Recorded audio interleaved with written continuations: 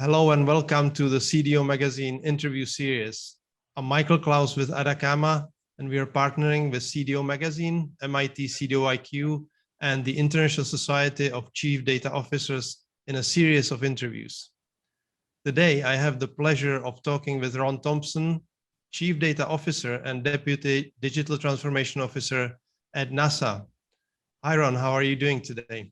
Good. Hi, Michael. How are you? I'm doing just fine. Good to be with you today.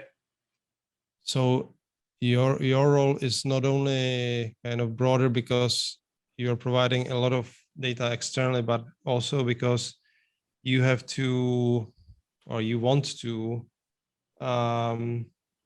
agree on standards, other things with other federal agencies. I assume that's also quite unique. How is this agreement being achieved? Like, I assume, well, here's everyone how, will have their own opinion, right? Yeah. Well, here's how sort of, and the government, remember, is very, very complex. U.S. government is very, very complex, and much like European government, right? I would, because I spent some time over in Europe in my tenure at the European Union, and having these conversations, many nations coming to one through the EU. Yeah. So it's all about people. That's the common denominator, right? Yeah. So we really need to, again, celebrate the uniqueness, but bring them together so they interoperate. And for us, the way the government works, we have bilateral agreements between entity A and B, and it takes a lot of to exchange data, right? Yeah. It takes a lot of time for lawyers to look at it, make sure we have proper security in place, make sure we have proper definitions of how we're going to use the data, make sure we have who owns the data, who's responsible for update. So all those things in a bilateral agreement takes a lot of places. But what we're doing is setting up enclaves to share data. And what we have through the Chief Data Officer Council of Government is an enclave to share statistical data. So that's where we have our US Census data, right? That's where we have all survey data. So we can reduce the burden when we ask the public, the US public, questions about their households, for example, questions about their their income and all that. So we want to reduce that respondent burden and share information where we can. So that's the purpose of, while I would say this, Michael, while ensuring that we are providing statistical conditions that we protect the individuals. So we don't want to have disclosure. So disclosure avoidance is a big part of that. But now, instead of these bilateral agreements, we have these enclaves where we can share data. So this is something I'm passionate about. And you can take this, it's not just a government to government comment here. You can take this in any organization, right? These ways you work, you don't from one work unit to another. Why do you need a bilateral? So how do you share up? How do you stand up sharing enclaves to move the data forward as you mature over time? To make it, I think it would never be one for it depends on the size of your organization, but many to fewer is the comment. Many to fewer. Out of curiosity, how many members is the CDO council that oh boy, so we have a large CDO council, and they are all the CFO Act agencies across government. So there's, I think, about 22 CDOs and large agencies. And then we have the smaller agencies, the subordinate agencies. So there's probably well over 75, 80 people part of that CDO council right now. And it is, I'm probably one of the early CDOs when the Act first was out. So this is my third year in this particular role, third year standing up. Many of those folks have moved on to other opportunities, but I can see a more effective way we're using this across government. That's actually amazing to hear that you guys are, in a sense, thinking about the value for the public, right? And sharing the data. Can I have one more question, because it really kind of absolutely interesting. Please. Well, how often does the council meet? So we meet every 2 weeks. Oh, The large agency council meets every 2 weeks, and then we have subgroups. Like there's a data sharing subgroup that I'm a part of. That's where the passion is for that. And then the major council meets once a month. So that's where we get together. We work with OMB very closely to hear what things that they're thinking.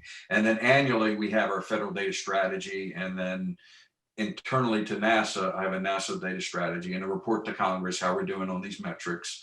So that's a little bit about some of the compliance work, but it is a great group of individuals. We do help each other. We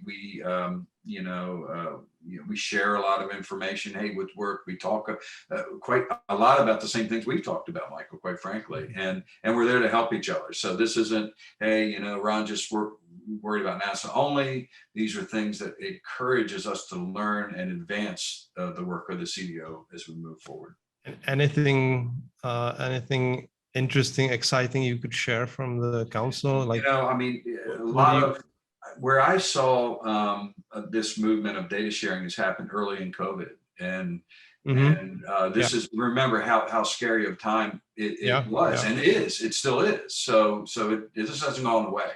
But we actually looked at, and I remember standing up a visualization instantiation for our chief medical officer here at NASA. And I said, hey, he was spending every Friday going out to every single location and collecting the data himself and trying. So we actually stood up, we knew where our people were, we stood up a map, we worked with HHS, CDC, looked at bed rates. So that's a really good example of how data came and protected our people. I mean, that is extremely critical, and we still use this. Even we used it for our vaccination knowledge, and then we still use it for are we seeing rates increase? So that's a really good example, Mike, of really entity to entity relationships across government, and then how we used it within NASA to protect our most valuable asset, our folks. That's also amazing to see that there is agility in this huge, in a sense, bureaucracy, right? Which government is, but the fact that this level of agility is there, it's kind of encouraging. So I have one kind of other topic, and it's probably going to be our last topic for today. So we talked about balancing the freedom, democratization versus the centralized kind of governance, quality, security. If you were to kind of think about the three categories, one would be, let's say, culture. Yeah, different organizations have different culture. The other would be, let's say, the process maturity, right? Some organizations are very kind of heavy, mature on processes. And the third category would be technology. If you were to somehow discuss in each of the categories what helps, what doesn't help, what works for the balancing, what doesn't work, which type of culture, what level of process maturity, and if and how technology can help or cannot help with this balancing act. Yeah, that's a really good question, and I'm sure we probably could spend the rest of the day going into this, but I'll try to give you my highlights on here, and I'll start with culture. Some say in NASA, once a decision is made, that's when the debate occurs, and you look at that and say, well, why is that so? And I think there's some goodness in that, right? Because you always question, you always make sure you have safety in mind, right? So you look at the history of NASA and where we need to be mindful of these things, right? Especially in human exploration, where lives are in danger. So you need to realize where you are in the culture. I think if I were in the Department of Defense by the way, that's where I started my federal career. I was in the service in the Army. A lot of those will be command and control, top down, given orders given, and everybody gets in line.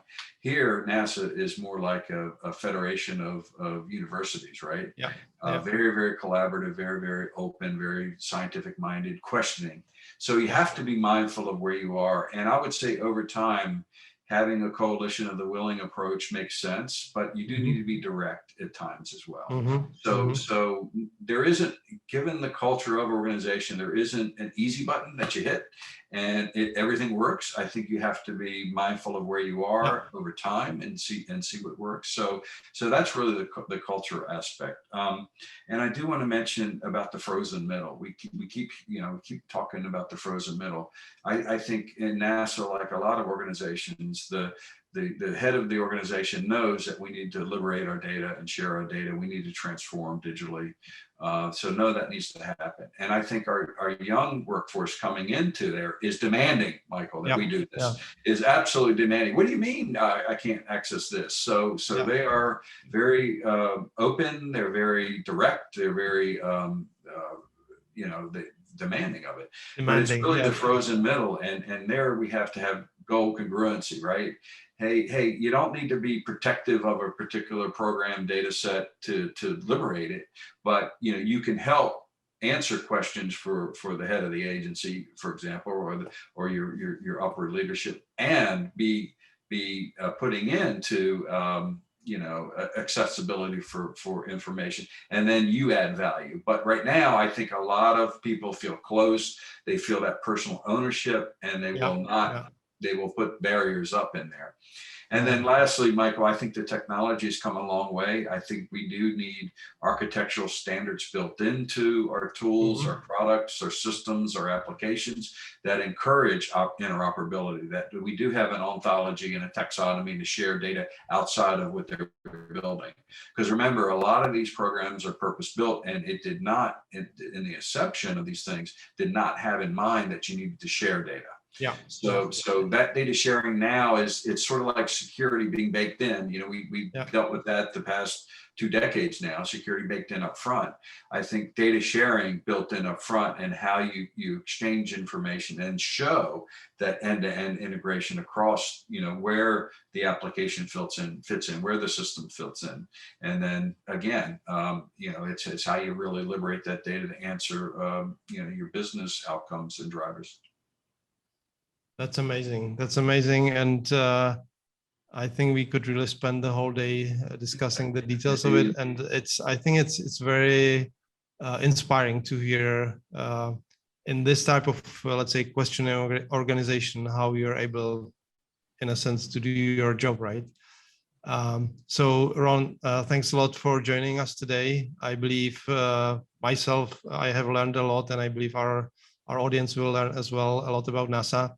And for everyone, please visit cdomagazine.tech for additional interviews.